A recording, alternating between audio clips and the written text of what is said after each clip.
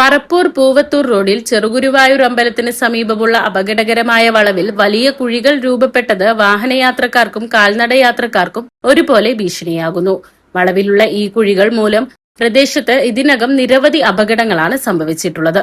ഈ റോഡിലൂടെ ദിവസേന നൂറുകണക്കിന് വാഹനങ്ങളാണ് കടന്നുപോകുന്നതെന്നും എന്നാൽ വളവ് തിരിഞ്ഞുവരുന്ന വാഹനങ്ങൾക്ക് കുഴികൾ പെട്ടെന്ന് ദൃശ്യമാകാത്തതാണ് അപകടങ്ങൾക്ക് പ്രധാന കാരണമാകുന്നെന്നും നാട്ടുകാർ ആരോപിച്ചു.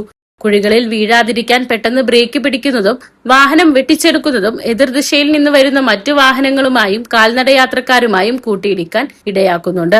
മഴക്കാലം കൂടിയായതോടെ കുഴികളിൽ വെള്ളം കെട്ടിക്കിടക്കുന്നത് അപകട സാധ്യത ഇരട്ടിയാക്കുകയാണെന്നും രാത്രികാലങ്ങളിൽ വെളിച്ചക്കുറവ് മൂലം ഇരുചക്ര വാഹനയാത്രക്കാരാണ് ഏറെയും അപകടത്തിൽപ്പെടുന്നതെന്നും അമ്പലത്തിലേക്ക് എത്തുന്ന ഭക്തജനങ്ങളും സമീപവാസികളായ കാൽനടയാത്രക്കാരും ജീവൻ പണയം വെച്ചാണ് ഇതുവഴി സഞ്ചരിക്കുന്നത്.